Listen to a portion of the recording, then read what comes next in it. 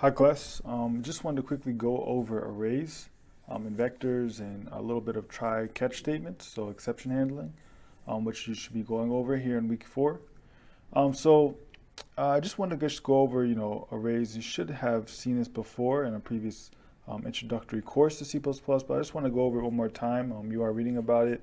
You might be going into a little bit more detail than you did before, but just want to go over it to make sure you guys have a good understanding of what they are and how to use them. So first let's go over what arrays are. So arrays are a data type which allows you to hold multiple values, right? So previously we've been working kind of with single values, so constant values or constant literals like the number 3 or the number 4 or 10 or the string, hello world. These are just single values, right? So arrays allow you to hold multiple values, so you can hold multiple, integers or multiple double values or multiple strings. Okay, so this is the power of arrays. So there are two ways to initialize arrays, or two kind of ways to use arrays. The first is C++ has a built-in array functionality. So I'll show you that now. So basically, you can do something like this. This is the syntax to actually create an array. So say you want to create an array of integers of 5 elements and name that array ARRY, right? So as you can see here. So we can do that this way, right? However, this is okay. So we're just initializing an array. We're not actually giving it values, right? So we there's nothing to access, right? It's going to set just some default value at some location in memory that we don't know what these values are, just some random values. But this is just one way to do it. Another way to actually do this, which is what you'll be reading about in chapter 7, is to actually use the class template array. Okay, so we're going to use that method here in this example. So to do that, let's actually go through the way to initialize that. So the way to actually do that is very similar, except you use the term array. So you say it's more like using an object, right? So you passing in a type as well as a constructor arguments, right? So it's similar to kind of you can think of it more of like an object, an array object. Remember, because this is a class template. So similarly, how we talked about function templates, this is a class template. So the type passed in is also can be of any type, right? So we're actually going to use an int. So we're going to say int. So this is the type. So we say array, right? This bracket. Then we say int, and then we say the number of values in the array. So we'll just say 5. Okay. Then we can put the name of the array. We'll say ARRY. Okay. And that's it. This is how we actually initialize the array. So you notice there's this red line. There's an error. An error says incomplete type is not allowed. So basically we have to, because this is an object, a class, we need to actually import or include that class. So we need to include array. Okay, so then you should see the error go away, as it does. Okay, so we've initialized our array. So this is how you initialize array, right? So you have your array, your type. So this could be, also a double, right? It can be of any type. We're going to keep it an integer. So you put the type in these brackets and the number of elements, right? Number of values in this array. So array is accessed by its index.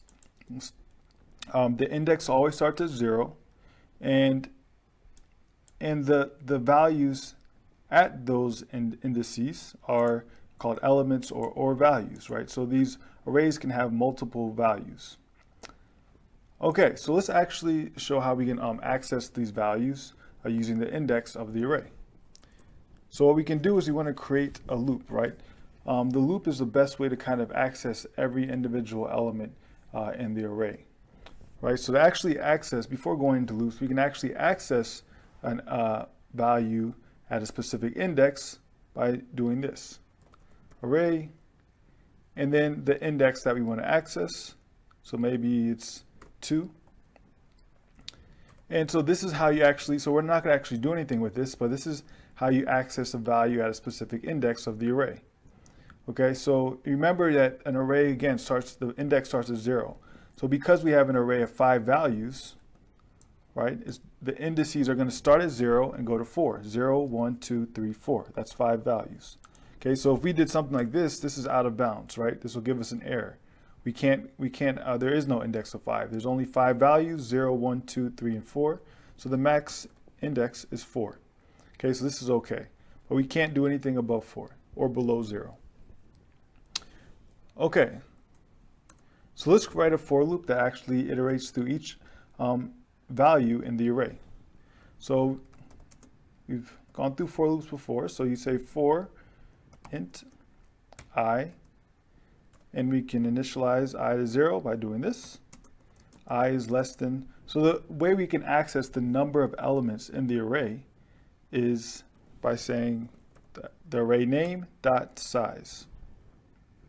Okay, and it's a function, so it's going to return the size of the array, and then we're going to increment I at each iteration.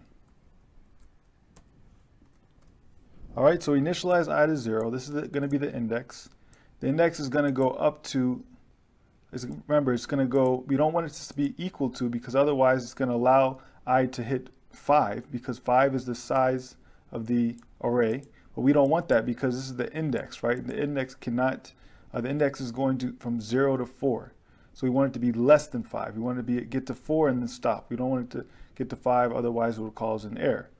Okay, so this is going to get to 4. It's going to increment from 0 to 4 and then break out of the loop. So let's actually print out what this array holds. I'm going to demonstrate how, currently we didn't initialize the values of the array, so it's going to just be some random value at a random location in memory. So this is something that you should be careful of when you're initializing the array. Okay, so we're just going to print out. Remember how you can access it, right? So we use these square brackets and we pass in the index. So the array name in the square brackets, the index, and let's put an end line. So now that we have that, let's actually run this and see what it gives us.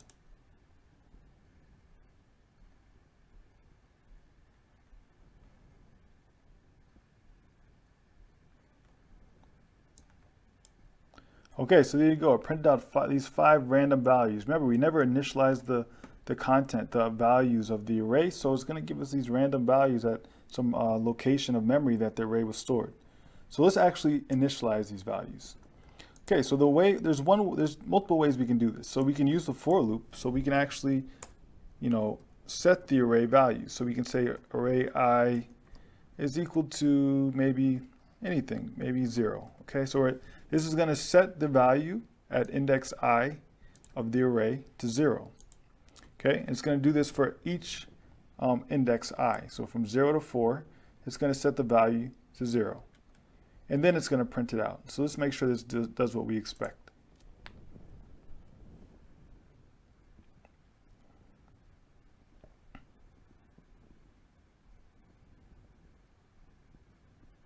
Okay, and it does. So you see it goes from 0 to 4 and prints out the values, and they're all 0. Okay, so this is what we expect. So another way to actually initialize the array is to do it in the declaration. So let's actually comment this out. And here what we can do is actually say 0, 0, 0. So 5 zeros, right? We have 5 elements in the array. So we can actually initialize each value at each index, and we're initializing each to 0. We could, we can make one of them 5 maybe, one of them 2, something like this. This works as well. Maybe set this one to 3 and 1. Let's just do it in order, 4. Okay, and 5. Okay, so let's make sure this does what. So now what we expect. So now we initialize each of the values in the declaration. We don't have to do that now in the for loop, and we should see 1, 2, 3, 4, 5. So let's run that. Okay, and there you go. It printed 1, 2, 3, 4, 5. Okay, good. So that's how we can actually initialize the array. So another key thing with this is that you don't actually have to initialize each position, right? So if we say we left the last two blank, what it's going to do is just going to initialize it to 0. Okay, so anything that we don't actually set here in the declaration, remember we're saying it has to have 5 elements. So if we only set the first 3, the remaining are going to be just automatically set to 0. Okay, if we didn't put in any within the curly brackets, it's going to set all of the values to 0. Okay, but the key thing is that whatever we put inside these curly brackets will be initialized, will be the initial values of the array. So if we just say we just set the first one to 1 and don't initialize the rest, right? So what this is going to do is going to set index 0 to 1, and the rest are going to be automatically set to 0. Okay, let's run this and make sure that is correct.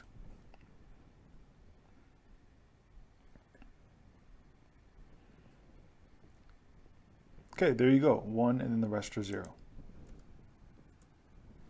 Okay, so another thing that you should pay attention to is that, so notice that we're using this int, right, to iterate through the indices of the array.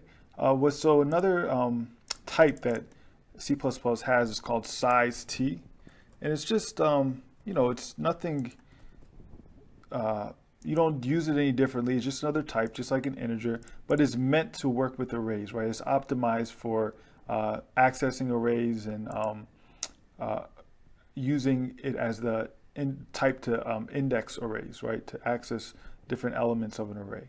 So we typically use CIS-T when we're working with the indices of an array. Okay, so if you're setting a integer that is going to serve as an index to the array, then I recommend you use CIS-T instead of int. Okay, so just an optimized type for working with the indices of an array. Okay, so we're going to run the same thing, and we'll get you're not going to see anything different. It's just optimized. So so it should still work the same way. It's just good practice to use CIS-T for the index. So we're going to run it. Okay, there you go, and the type is the same. I'm sorry, the output is the same, right? So we use the CIS-T type, and the output is still what we expect.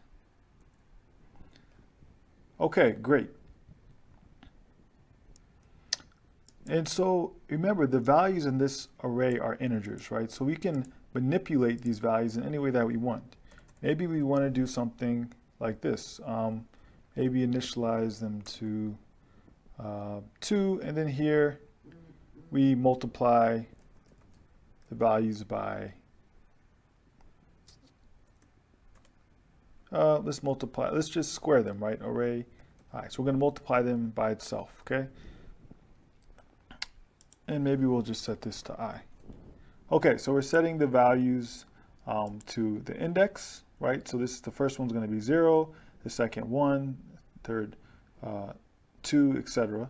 And we're squaring it, right? We're squaring the value. So we're multiplying them together, and let's make sure we get the value we want. So just notice how you can manipulate and use these values at a specific index however you want to achieve the purpose of your code. These are just integers, right? So you can use them as such.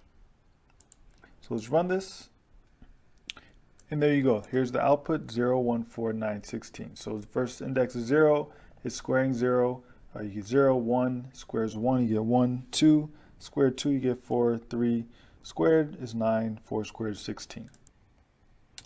Okay, another thing you can do with arrays is declare it as a constant. So you can do something like this, constant. The thing to remember when declaring an array as a constant is that you cannot modify the array afterwards. So notice how it gave me an error when I tried to actually modify the array, right? I'm setting it to a value inside this for loop. I can't do that because it's a constant. Constant you cannot modify. There's only to be set in the declaration. So they have to be, all the values have to be set here, okay, in the declaration, and they can't be modified after. So I can use them here, but I cannot modify them here. Okay, so something else I want to go through very quickly is using the range-based for statements. So notice how we're using the typical for loop to iterate through the loop, through the array, right? Through each index in the array. We can do this a little bit differently. So let's actually remove this. So another way is, let's just comment this out so you can still see it for reference. So another way we can do this is using, again, what's called a range-based for statement. And the way this works is we actually iterate through each item like this. So we say for, let's just call it val array. Remember, we always have to declare the type. So we say int val array. And that's it. So notice, look how much kind of shorter this is. And what this is actually doing is iterating not through the index, but through the actual value, right? The element at each index in the array. And it's going to iterate sequentially, right? So it's going to iterate just like how we did I++, one after the other. It's going to go through each index one after the other in sequential order, increasing order through the array, right? Okay, so what this is going to do is going to get the value at index 0, and then index 1, index 2, until it reaches the end of the array. Okay, and that value is going to be stored in this variable val. So if we just said cout val, and put our end line, right? We're doing everything we need to do to print out the elements in the array in a much more concise manner. And notice that we don't actually have to even worry about the index. It does all of the index incrementing on its own, right? So we're accessing each value in the array and we're outputting it. So let's actually run this. Okay, and here you go. It printed out each of the values in the array. Okay, so that's another way to actually iterate through each value in the array, kind of using, again, a range-based for statement that's made for arrays. Okay, so that you always put the variable that's going to store the value at each index, and then you put the array name. Okay, and you put this colon in between, and you make sure you include the type. Okay, so notice how this is just printing this. So what if we wanted to do something like this? What if we wanted to say val plus equals 10, right? So now we're going to actually increment the value of the array, about the value at that current index by 10, and then we're going to print that out. Okay, so if we do that, let's run, and we should see each of these values incremented by 10, right? So we should see 11, 15, 12, etc. And there you go, right? We see 11, 15, 12, 14, 11. So it did what we expected. So now, I want to explain how we can modify this to actually change the content of the array. So notice that we're not actually changing the content of the array. We're just changing the content of this variable, right? This variable contains a copy of the value at that array. So remember this idea between by accessing a variable, or by value versus by reference, right? So passing by reference, passing by value. So remember, we pass by value, we're making a copy. By reference, we're actually passing the address, right? We're actually passing the actual memory location of that array, of that value, of that variable. Okay, so let's demonstrate how we can do this, modify this to actually pass by reference. So currently, if we were to print after this, print the contents of the array, so maybe we can say cout array content. Okay. And we're just going to have a loop that's just going to iterate now through the each value of the array and print it out. Just to demonstrate how we didn't actually change the content of the array. We're actually getting a copy of it, of each element, storing it in val, and then incrementing 10, right? So the actual array values are not changing. So we can say int, let's just say v array, and we're going to print out the values. Okay, so you'll notice that these we printed out here, they're going to be exactly what they were when we declared them, right? They never changed. This is, again, just a copy that we're changing. Okay, so we're going to run this. Okay, and as you can see, when you made a copy and modified it, we can see the output here, right? So this part is here, and notice when you print out the content of the array, it still remained the same, right? Because again, we were getting a copy of each value of the array and modifying that copy. Here, we're printing the original content of the array because the original content did not change. Okay, so now I'm going to show you how you can actually change the content. So remember, the way we do this is we can pass, we pass by, we use the reference, right? So this ampersand. Okay, so what we can do is add an ampersand here, and now we're actually going to be able to modify the array. So let's actually do this here. Okay, we're going to add an ampersand. So that's all we have to do. So now we're actually, passing. So each of these values, this value is going to be the actual address, actually memory location, the value at that memory location of the array. So we're changing the array itself, right? So when we say val plus equals 10, we're adding the value at that location by 10, right? And we're modifying the array. So when we reprint the content of the array, you're going to see the modified values, right? It's going to be different than before. Before we didn't have this ampersand, and it was just generating a copy of the value at each location in the array and changing the copy. Now we're changing the actual value of the array. Okay, so let's run this and see if this does what we expect. And again, we expect the contents of the array to be changed here. So we actually print it out again. We should see these contents also change. Okay, so we run this. Okay, and there you go. You can see that the content did change. Okay, so you see 11, 15, 12, 14, 11. These are the actual contents of the array. So notice that when we change them here, we also changed it here. Okay. So what if we wanted to do multi-dimensional arrays, right? What if we wanted an array inside of an array, right? Say we wanted a two-dimensional array. How could we actually implement this? Okay, so it's pretty similar to what it is what you might think, right? So we're actually going to think of it as an array of type array, right? So it's an array of an array. This allows us to get a multi-dimensional array type, right? So let's actually do this. So we're going to modify this code. So I'm just going to remove this here. Okay, so right now, remember, we have this one-dimensional array. We're going to move this.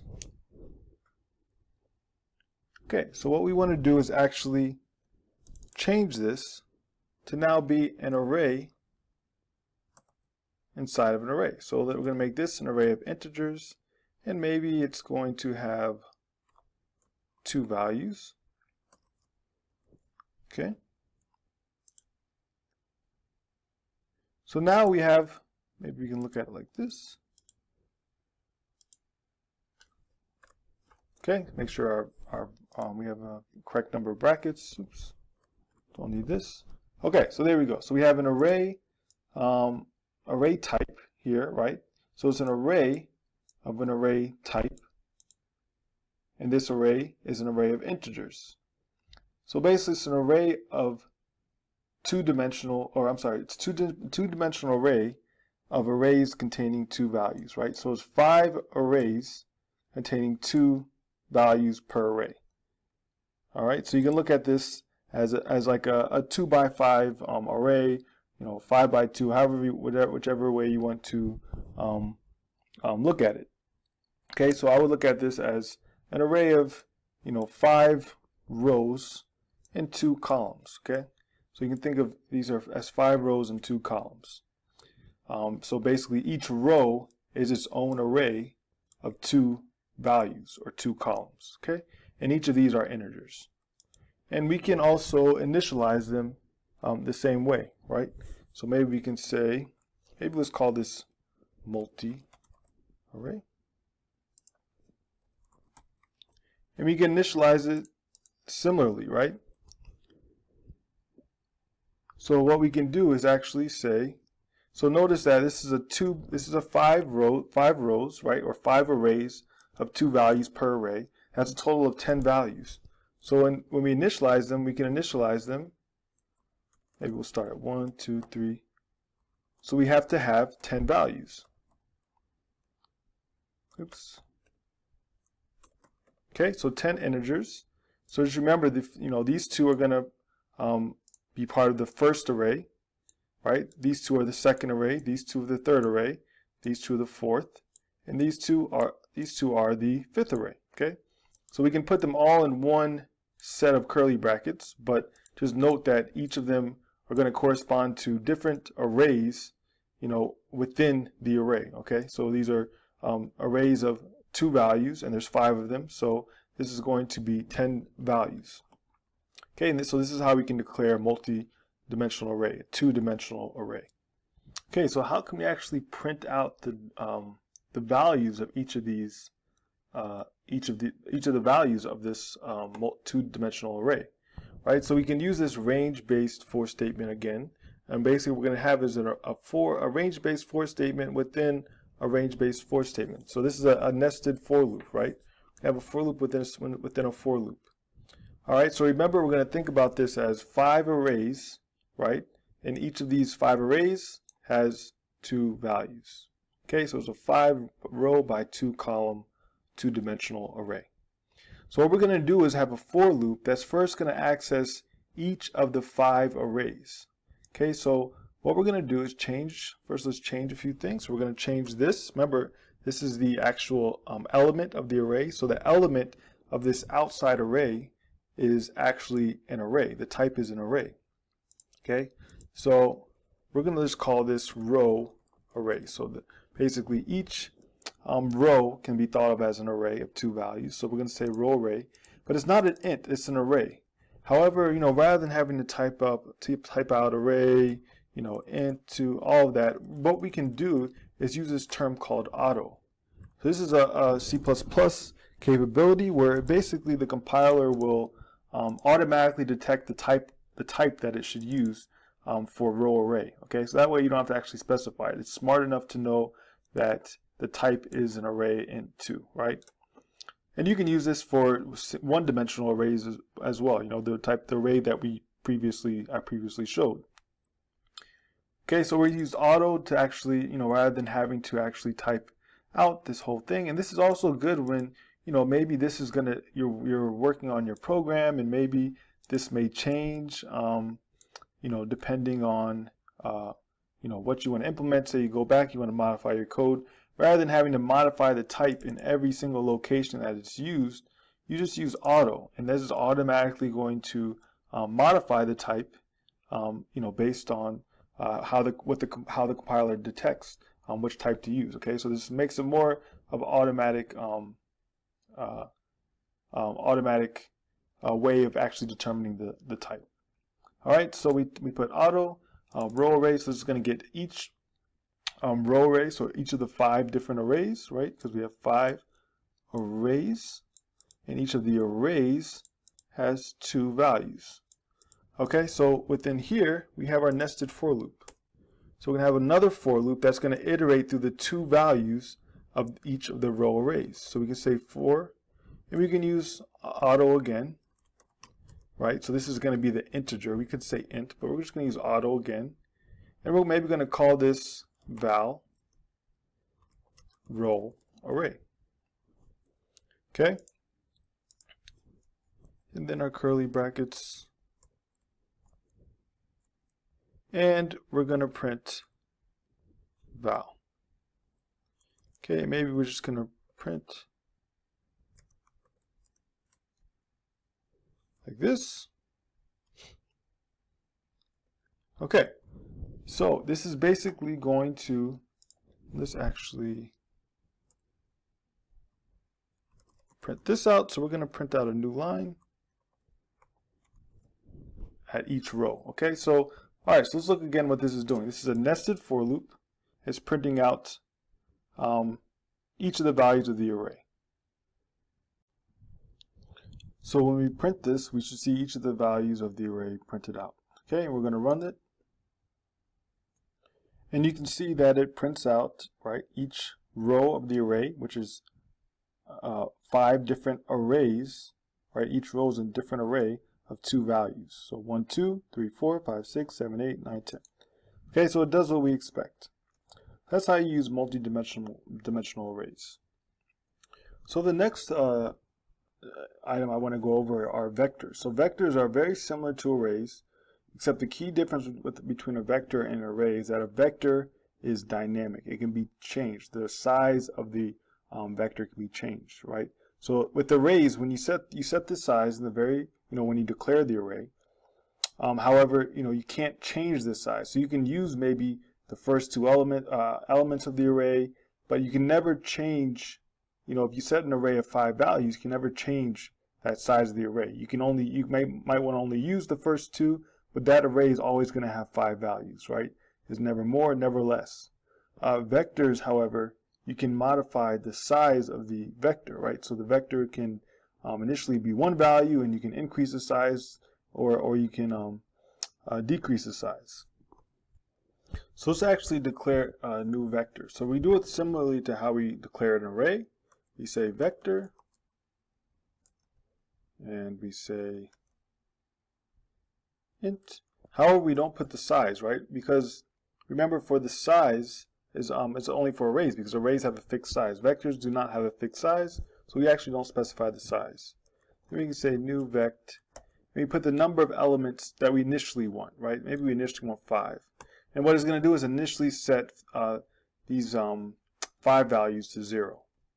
Okay, so it's a 5-element vector. Each has a value of 0. So what we can do is we can add to this vector. So we can say new vect, and the function is called push back. And all this does is adds the value that we pass in the parentheses to the end of the vector. So now this vector has 5 zeros and a 10. And maybe let's add a 15. So we'll just copy paste, change this to 15. Okay, and then we can print out the values of this vector. And let's actually not do a range-based for statement. Let's just do a regular for statement. So we'll say int I 0, I is less than new vect. So it still has the same size function, I++. And so the way to access the vector, we can say new vect dot at, and we can input the actual index. So maybe we'll say I, and we're going to output this. So we're going to say cout and line. And let's let's use this size t. Remember, this is the type that we typically use for arrays, and you can also use them for vectors. So let's print this out and make sure we get the 5 zeros, a 10, and a 15.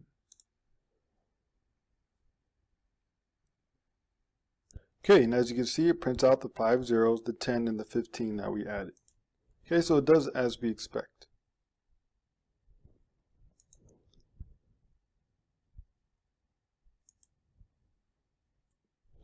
Okay, so that's basically how we can use vectors. There's also additional functions. We can actually resize the vector. So maybe we can do you can do new vect dot resize, and then you can put in the new size of the vector. Maybe you want it to be 10 elements. And you can actually set all of these 10 elements to a value. So maybe you want to set all of them to 100. Okay, so it's going to resize it to a 10, and it's going to append. So currently the size is going to be 7, right? We have 5 initially, then 6, 7. Now we want to resize it to 10, and basically for all the new values that it's adding, it's going to set them to 100. Okay, so let's do that before we print it out. Okay, so we're going to do that here. All right, so let's see if how that changes things. And we're going to make sure we include our semicolon, and we save, and let's run that. Okay, and then as you can see, it prints out what we expect, right? So it prints out now. So now it's showing 10 values, and those additional 3 elements that we had not defined, but we wanted to resize the vector to 10. So the additional 3 are now 100. Okay, because we specified that the additional values that exist after resizing the vector will be 100.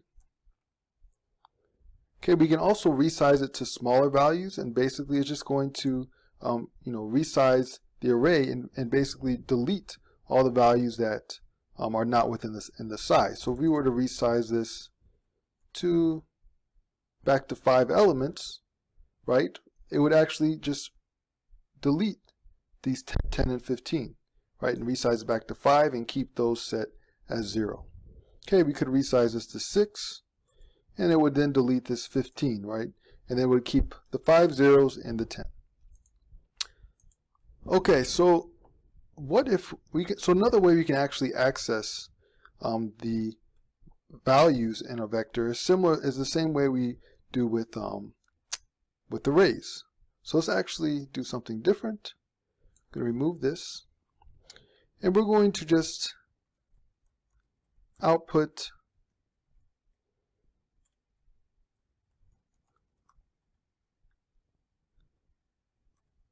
the 7th element, right? The index 6. So remember, it starts at 0. So we go from 0 to, we're going from 0, 1, 2, 3, 4, 5, 6, which is actually the 7th value in the array. Okay, and that should be 15, right? So the first 5 are 0, 6 is 10, and the 7th is 15. So we're going to actually output this and just make sure it gives us what we expect. Okay, and you see that it gives us 15, right? Okay, good. So here's the question. So what if we now change this to 7? So what do you think would happen? So now it's actually going to be out of the range, right? We only have 7 elements, 5 zeros, a 10, and a 15. So 7, the 8th element, doesn't exist, right? So let's see what this actually will do.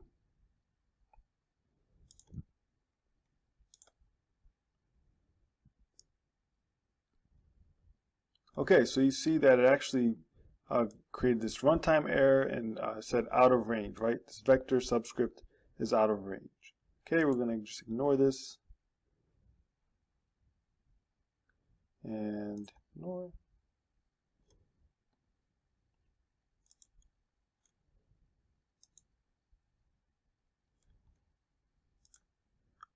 Okay, so there we go. So we actually just are going to break out of that. So you can just notice that the program crashed, right?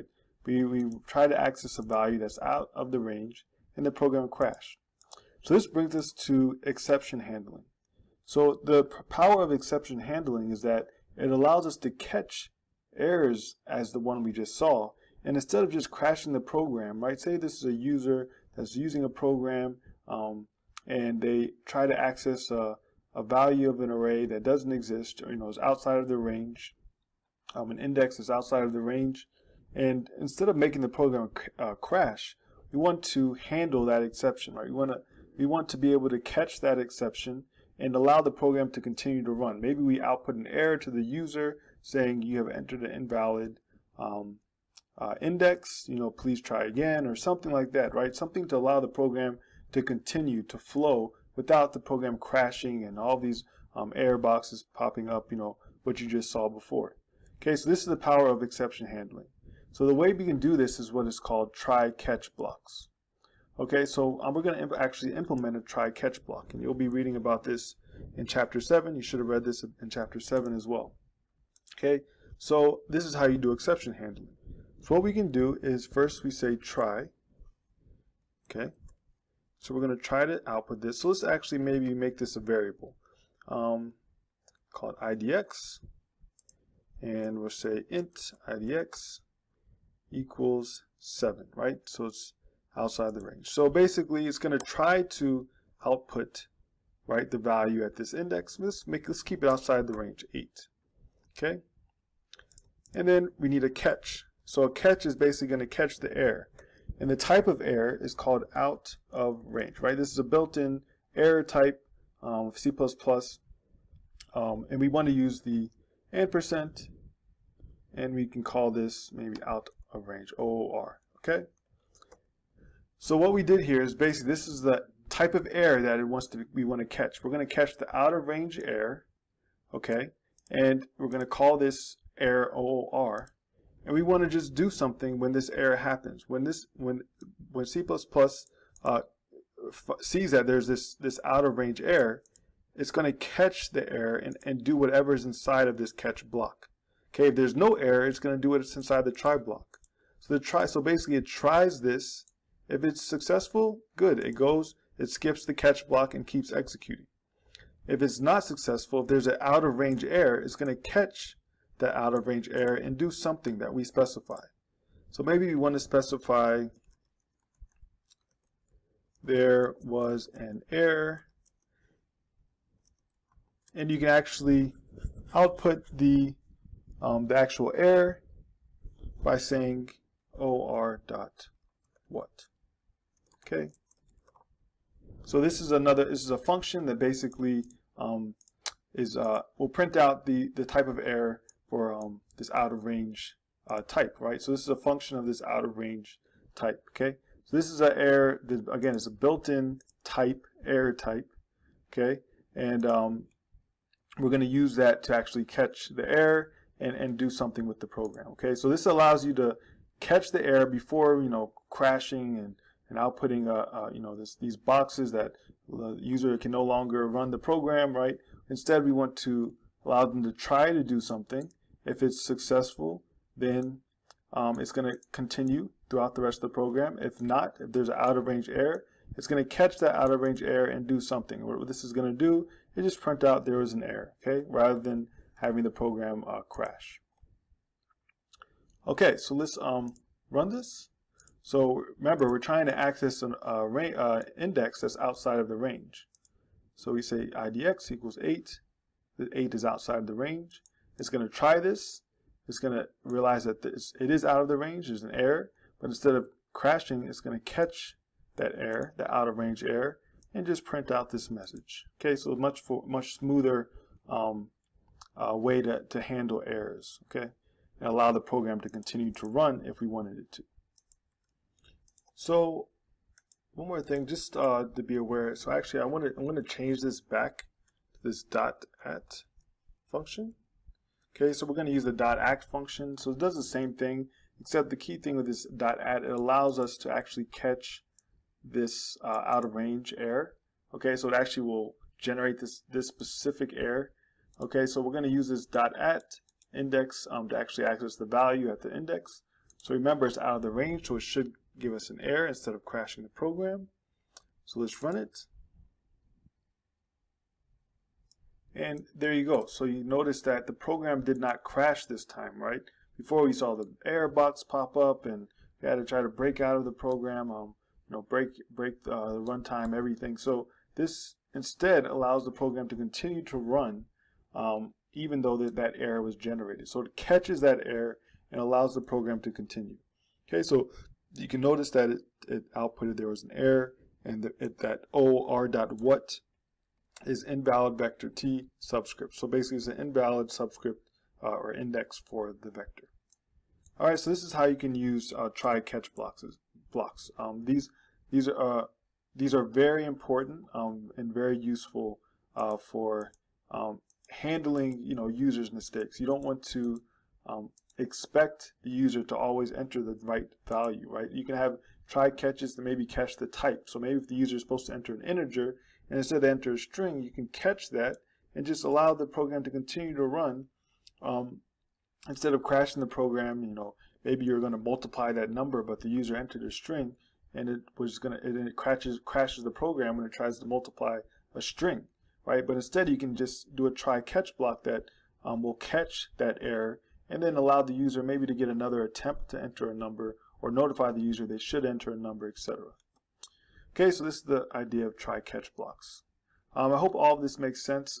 Please reach out if you have any questions. These concepts are very important to understand as we move on to more complex topics. So reach out if you have any questions. Thanks.